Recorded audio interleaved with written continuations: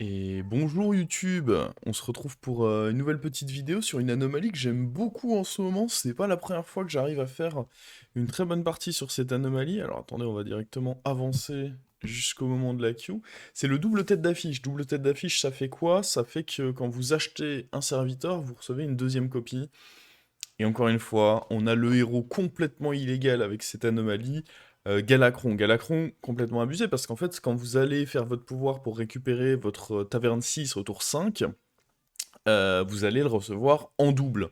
Autant vous dire que j'avais déjà sorti une vidéo, je m'étais même arrêté sur un taverne 5, puisque c'était le lanceur de disques qui permet de récupérer des golds.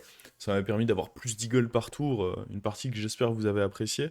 Et là, bah, encore une fois, hein, ça va nous permettre de faire des beaux abus avec cette anomalie. En plus, là, on a un magnifique start avec du token, sachant que ces tokens sont doublés, donc ouais, non, c'est pas mal. Au début, j'hésite à prendre lui, puis je me dis, bah attends, en termes de stats, c'est juste mieux de prendre l'autre.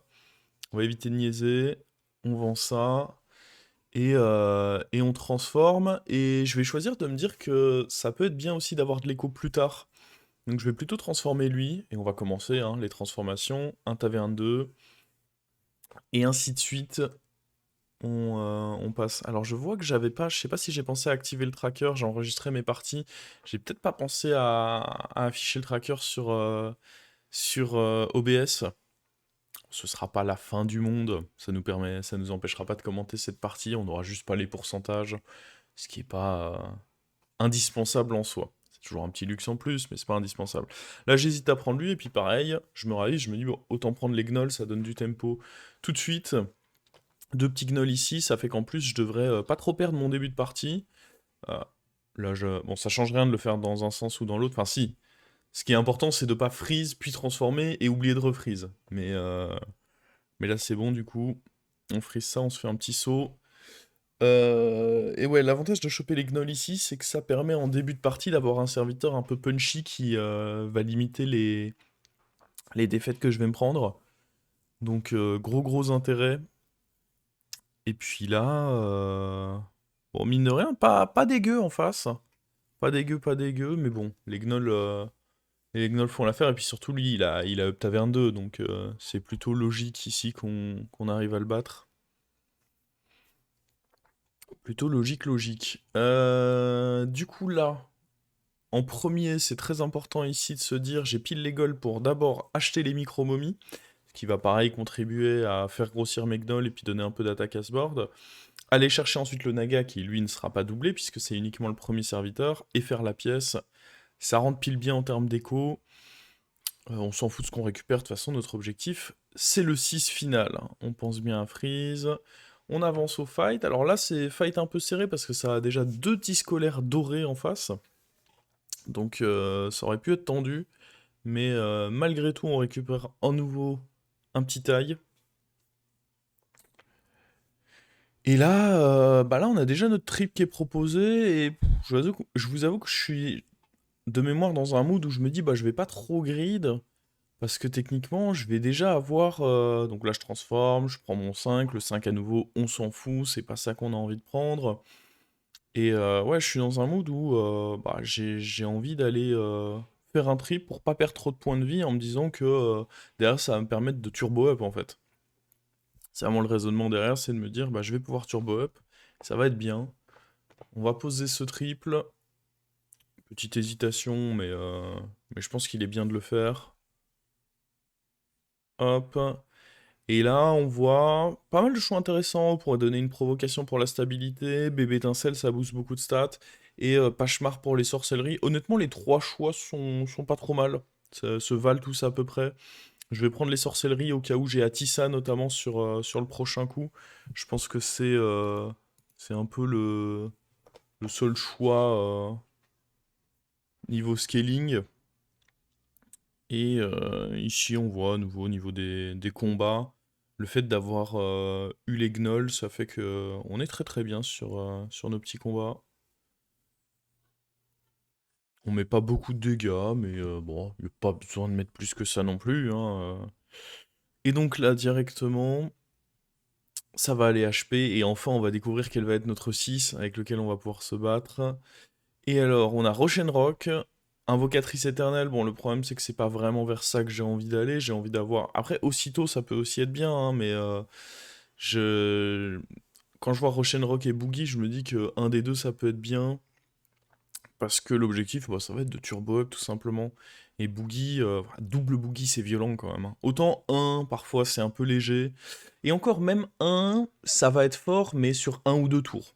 Disons que le problème que Boogie a pour une carte de scaling, c'est que la carte elle est bien sur un ou deux tours, et puis bah, elle s'épuise parce que bah, la carte est pas faite pour être votre condition de victoire principale lors d'une partie. Et donc là, hop, ça va aller mettre un petit up. Mais sur les premiers tours où vous activez facilement le 1, 2, 3, 4, 5, c'est très bien. C'est plus après quand on en est au 6 que c'est un peu plus compliqué de l'utiliser. Et encore, là on est avec Galacron où on récupère deux fois le premier serviteur. C'est possible quand vous en avez deux de choper de belles choses, même avec la condition de jouer des 6 pour le boogie. Alors, et ici, on a un adversaire qui est sacrément fort, hein. Sacrément fort, cet adversaire.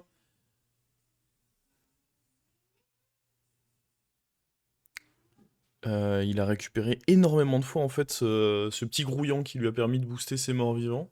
Donc, non, clairement, il est solide. En plus, là, j'ai pas le trade direct là-dessus. C'est un peu embêtant. Et, et du coup, bon, on a eu chaud, mais ça passe. Ça passe toujours. Après, ça passe, mais moi j'ai envie de up hein, ici. J'ai pas envie de me dire, oh bah on reste tranquillou. Pas mal d'hésitation parce que je me dis qu'à un moment, il va falloir faire un bon tour qui rentabilise bien le boogie. J'aurais pu le faire ce tour si j'avais eu deux tavernes 3. Si j'avais eu deux tavernes 3 dans le shop, ça m'aurait permis de transformer un 3 en 4, d'acheter un 2, d'acheter un 3, d'acheter un 4. D'ailleurs, j'aurais commencé par acheter le 4 de manière à le doubler. Enfin, on aurait vu. Mais là, l'idée, c'est de me dire, bah écoute, j'ai pas de quoi faire trois achats intéressants sans rôle. Donc je vais juste à nouveau me contenter d'en jouer un en me disant, bon écoute, en théorie, ça reste pas mal, quoi. En plus, on met des provocations, histoire de bien rentabiliser Pachemar. C'est pas mal du tout comme partie, ce qui est en train de se profiler, là. On met les boosts là, hop, hop. Je peux taunter les deux boogies, ça me dérange pas. Et puis je sais plus si je remets un dernier taunt. Allez, un petit sur la micro-momie. Alors, à savoir que j'ai choisi de vendre la micro-momie dorée. On pourrait se demander, mais pourquoi? Bah parce que vu que ça fait... Techniquement, c'est une option triple, mon petit taverne 1. Puisque si je récupère une momie, du coup, ça me fait un triple. Donc je me dis, bah... Il vaut mieux garder le nom doré. Comme ça, on sait jamais, ça peut nous permettre de lâcher un petit triple. Si à un moment j'ai envie d'encore aller chercher du 5 ou du 6, ça me semblait pas dégueu. Et là, on le voit, hein, sur les fights, on les défonce, hein. Alors attention, hein, c'est une anomalie qui rend tout le monde un peu plus fort. Le fait de récupérer deux serviteurs au lieu d'un, tout le monde va être un peu plus fort sur les timings. Il n'y a rien à faire, Galacron est complètement illégal sur cette anomalie, comme on peut le voir ici, hein. Un grand -15 pour Xyrella. Et, et on n'a pas fini de faire des bêtises, croyez-moi. On n'a pas fini de faire des bêtises. Et puis là, on a le setup dont je parlais. J'ai deux 4, donc il y en a un que je peux transformer en 5, et j'ai un 3. Donc là, c'est le setup où je peux acheter 3, 4, 5, c'est parfait. C'est exactement ce que je voulais. Et du coup, ça va être parti. Alors... Alors... J'hésite un peu ici pour le tour.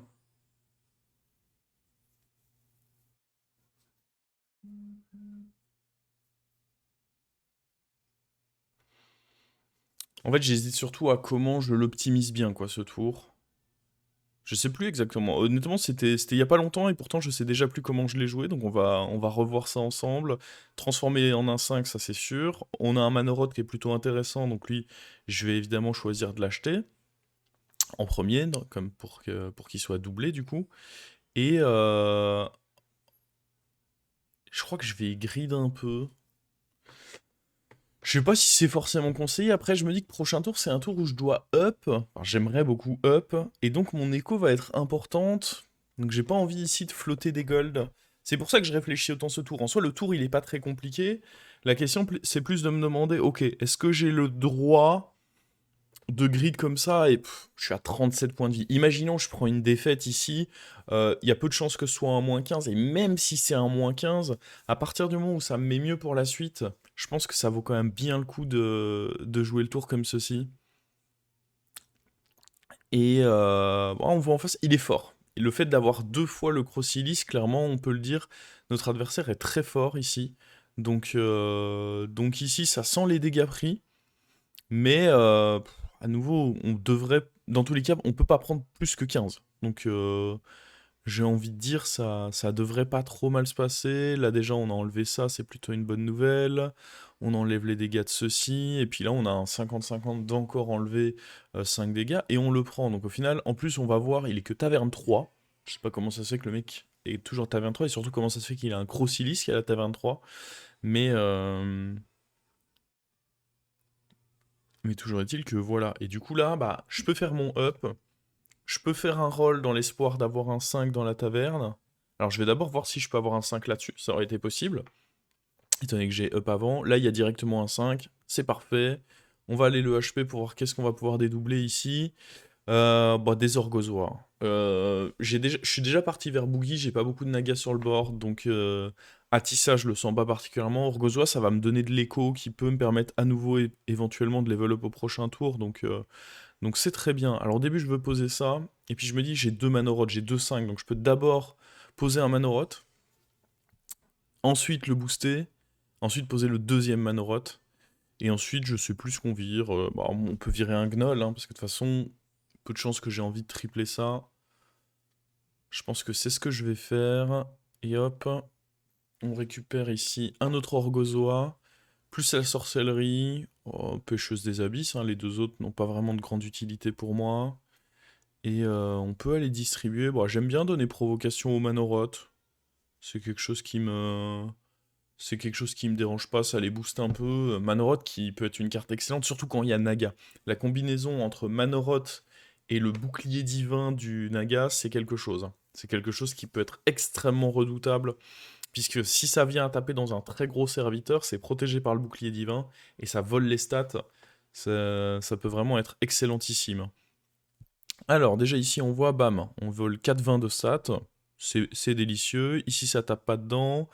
On vole les stats de la matrone. Ouais, plutôt une bonne affaire, hein, je dirais. Bon, là, il fume mon Manoroth, mais on empêche son truc d'avoir Reborn. De toute façon, là, on le voit sur le fight. Il est cuit, cet adversaire. On récupère notre sorcellerie. Et on le fume. Et ouais, bah malheureusement, Silas qui a un peu subi le courroux de mon Galacron ici. Galacron avec lequel bah, on va pas se faire prier. On va passer taverne 6 hein, ici. Il est temps. Et je sais plus si c'est... Il y a un moment où il va y avoir des grosses bêtises dans ma game. Ouais, déjà là on le voit, il y a mon trip sur le Manoroth. Je crois que je commence par le prendre... D'abord, faisons les choses en l'ordre, je transforme la Mama. On sait jamais, il peut y avoir un 6 qui est peut-être intéressant. Il y a les Rock. Et là, ça va commencer un peu à partir en sucette, parce que je vais être en mode ok, Rock, c'est pas mal. Ça peut me permettre de faire des boosts autrement qu'avec juste Boogie. Donc c'est une bonne carte, je dirais, à dupliquer. Le Manoroth, je suis pas contre le triplé non plus. Et puis là, ça commence un peu à partir en sucette, en fait. On triple Boogie, et je me dis, honnêtement, c'est jouable de refaire, parce qu'une fois que vous le triplez, il repart en taverne 1. Et je me dis, bah, c'est jouable de... Ah, et puis là, on a le Orgozoa qui est triplé. Les autres m'intéressent pas, donc même si je rate du coup l'Orgozoa qui est dans ma main, je vais partir pour... Il y avait peut-être un order plus efficace, mais c'est pas évident sur ce genre de tour de voir vraiment l'order. Élémentaire de surprise. Je crois que je vais prendre le Uther dans un premier temps, mais en vrai, j'aurais pu prendre l'élémentaire de surprise, ça aurait pas été choquant. Alors, je vais déjà poser lui, on va mettre du 1. Et on va sélectionner là surtout les prochains. Je vais pas avoir le temps de finir mon tour parce que le tour est démoniaque. Mais ouais, ça c'est un peu le tour regret, c'est qu'en fait, le fait que le boogie repasse à 1, à la base moi je pensais qu'il y aurait pas trop d'action à faire de mon tour, en mode bah juste je passe taverne 6 Et le prochain tour, enfin ce sera surtout actif au prochain tour. Et le fait d'avoir triplé Boogie, ça a fait que bah, il y avait beaucoup plus d'actions nécessaires que ce que je pensais au début. Et du coup, c'est vrai que mon tour, il n'a pas été très opti. Il n'a pas été très opti. On se retrouve du coup ici à prendre une petite patate dans les chicots. On s'en serait bien passé. Après, voilà, on a encore heureusement beaucoup de points de vie, donc c'est pas un drame pour la partie. Ça arrive, hein. Il y a des tours comme ça, surtout quand la méta est nouvelle, où on s'en mêle un peu les pinceaux, ou surtout, en partie on s'en mêle les pinceaux, mais c'est aussi... Alors là, on récupère quoi? Encore le Rock. Alors d'abord, il faut que je joue... Enfin non, je peux d'abord jouer le Rock, parce que l'objectif, ça va être de le booster. Ensuite, je fais le tri, donc là, je sais que je suis à 2. Il faut faire les boosts, quoi. Le 2, c'est joué. Et là, il faut que je joue plus vite. Faut que je joue plus vite, faut que je joue plus vite. Le 3, c'est joué. Le 4, c'est joué. Je me rends compte que dans les débuts de méta, c'est vrai que je joue pas toujours très vite. Briekai, je vais décider de garder un peu. Donc je vais choisir de la booster. Non, bah, c'est juste plus de boost là-dessus. C'est- J'ai raison de le faire comme ça. On chope lui et on récupère un petit à côté. Et là, en fait, j'ai tellement de gold. J'ai fait plein d'actions de mon tour. Et je n'ai pas encore utilisé de gold, en fait. C'est-à-dire que là, on a l'élémentaire de surprise qui arrive également. Là, on se dit, bon, on va level up. Et il y a encore des choses et des choses. Et là, je vois... Ah, en vrai... Il faudrait qu'ici... Ouais, je vais le voir trop tard, mais il y a la 3-3 dans le shop. J'aurais dû la jouer plus tôt, déjà. Est-ce que là, je vais la jouer... En fait, le problème, c'est que ça implique que je dois enlever Briekai, ça m'embête un peu. Mais cette 3-3 à booster, elle est vraiment cool. Pareil, si j'arrive à lui mettre un shield plus tard, soit en triplant avec l'élémentaire de surprise qui est déjà à côté, soit avec ceci, ça peut vraiment être fort. Et ouais, écoutez, on a presque fini ce tour. C'était pas tout à fait fini, mais honnêtement, on s'en est pas trop mal sorti. Je sais plus si je freeze Briekai. En vrai, ça aurait été pas trop mal de freeze le Briekai qui est là, mais... Là, je duplique pas encore mon élémentaire parce que je me dis que c'est pas forcément nécessaire tout de suite. C'est mon plus petit serviteur sur le board pour le moment, donc il n'y a pas vraiment besoin. C'est plus quand je vais réussir à target des boosts sur lui que là, ça va devenir intéressant. Bon, là, on est contre... Ok, il a mis en place ses morts vivants, mais il a pas... Alors même si, attention, il a été nerf, il est moins fort maintenant Il est moins fort maintenant le Prima. Mais bon, il l'a même pas récupéré. Je pense que ça reste toujours pas mal. Après, avec un Titus, peut-être autant avoir un Nubarak. Mais je pense que le Prima reste honnêtement pas trop horrible. Là, bon, on est juste trop gros, lui qui regrossit encore un coup. Après, il prenait pas tant que ça en point de vie. Mais ouais, on voit encore une fois un stomp à notre actif. Deuxième victime de cette partie. J'aime bien ce genre de partie. Il faut vraiment en général beaucoup abuser de votre partie pour réussir à jouer Boogie. Parce que Boogie, c'est, comme je l'ai dit, c'est une carte, bon, c'est mignon, mais c'est pas non plus extrêmement fort. Donc quand vous arrivez à abuser de Boogie, c'est que vraiment, vous avez une game qui est exceptionnelle. Puis là, on voit, il y a tellement de 6 dans le shop à nouveau. Je sais même plus lequel je vais dupliquer. Le Boogie, le problème, c'est que ça impliquerait que je dois repartir avec... Ah bah oui, je vais prendre le 8R parce que ça fait un triple. Avec celui qui est là-bas. Alors, je pose lui... Bah disons que de toute façon, l'autre va me donner une 30-30, donc l'effet du premier, c'était plus pour le boost de Boogie que je l'ai fait. Hop. L'élémentaire, alors, j'aurais préféré honnêtement que ça triple avec... J'aurais peut-être dû vendre d'ailleurs mon Rock. Honnêtement, ça aurait pu être correct. Après, double Rock, on va pas bouder notre plaisir, c'est pas mal non plus, hein, donc j'ai pas vraiment de regrets là-dessus. C'est vrai que double Rock, ça reste violent. Mais je me dis en effet que j'aurais pu assurer le triple sur l'autre et du coup lui garantir le shield. Là, ça va impliquer que je vais devoir retrouver un élémentaire de surprise. Après, je me dis que ça se fait hein, de retrouver un élémentaire de surprise. À ce stade-là, je me dis clairement, je suis pas trop inquiet. On va prendre ça et je pense qu'on peut arrêter notre tour là, hein. Notre tour là, il est tellement fort que je pense qu'on peut se contenter de ce qu'on est en train de faire là, soigner un petit peu le placement. À nouveau, on n'est pas obligé de dupliquer notre élémentaire tout de suite. Ce sera bien pour plus tard. mais c'est pas la grosse priorité. J'en ai pas encore parlé d'ailleurs, mais cet élémentaire qui est passé en taverne 4, ça peut être une vraie win condition mid-game pour élémentaire. Élémentaire, c'était un peu plus... En fait, élémentaire, c'était tout ou rien. Soit t'arrivais à faire une grosse partie avec des Rock, et tu cyclais, auquel cas c'est très fort. Soit... hop là... Je sais plus ce que va faire son... Soit bah, c'était faible en fait, si t'arrivais pas à toucher ça. Et là, il y a quand même des alternatives à partir de maintenant, puisque via cet élémentaire qu'on peut booster avec l'élémentaire qui booste en fonction des rôles que vous avez fait, je pense qu'il y a moyen de faire des choses plutôt sympas. Bon, va falloir pas traîner ici. Quel va être le choix, le truc qu'on double? Alors sachant que là, ah, il y a un mec qui est mort contre le mort, donc grand nettoyage. Bon, acheter des élémentaires reste bien, j'ai quand même 2 boogies dorés, donc l'achat d'élémentaires est pas trop dégueu. Je vais choisir de prendre lui. C'est, je pense, pas trop mauvais à doubler. Et je vais choisir de faire des rolls, même si à nouveau, voilà, je pourrais... oh, le Murgoul, ça m'a l'air pas dégueu. Je sais plus si... Ah mais non, mais j'ai déjà boosté mon... J'ai déjà doublé mon achat ce tour, donc il y aura pas de question de Murgoul. Alors, on va acheter ça... Sachant que là, bon, on va commencer à arriver sur les tours où j'aimerais bien me libérer un slot de manière à dédoubler notre autre copain, là. Je me dis que des toxis, ça peut être intéressant. Parce que notre adversaire, il joue élémentaire, donc il nous faut de belles stats.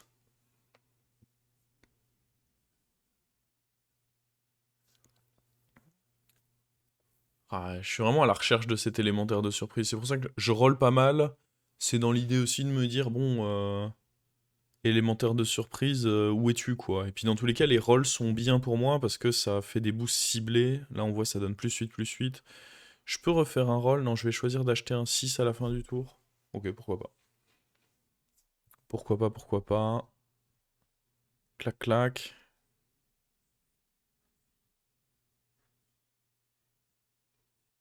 On achète le Uther qu'on va sûrement garder un peu dans la main. On met une sorcellerie. Voilà, où c'est pas mal, c'est forcément sur la créature qui se duplique. Après, je me dis que j'ai peur aussi pour...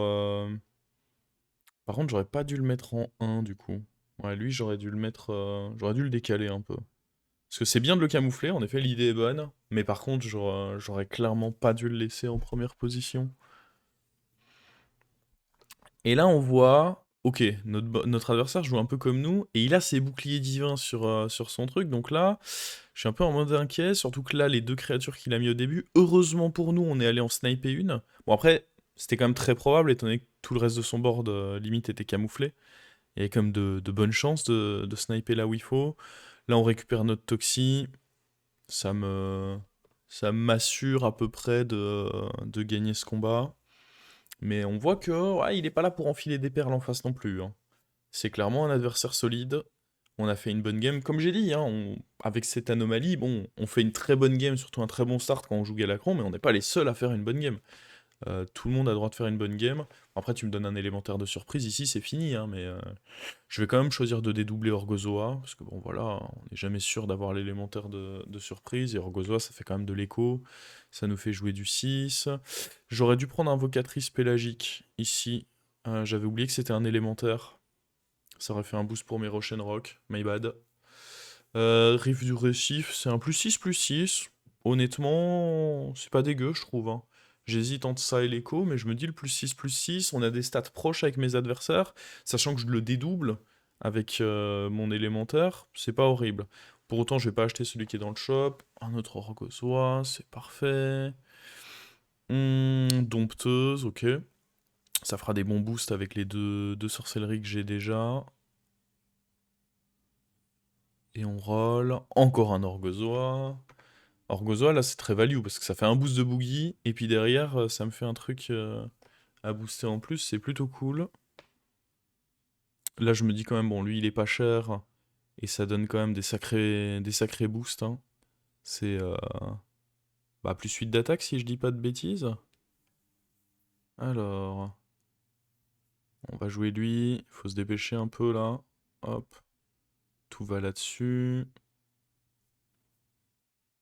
Ah non, c'est +4/+4, pardon. Parce qu'il y en a un qui est sur les PV, l'autre qui est sur... Je vais acheter le Leroy, je sais même plus si je vais le rentrer, le Leroy. Hum, Je crois que je vais rester là pour le moment, voir un peu comment le combat se déroule. Mais j'aurais pu. J'aurais pu honnêtement choisir de le rentrer. Et en face, en fait, moi je pensais qu'il avait triplé avec élémentaire de surprise, mais là on voit qu'il a plus son shield. Et ça, c'est quand même excellente nouvelle, hein.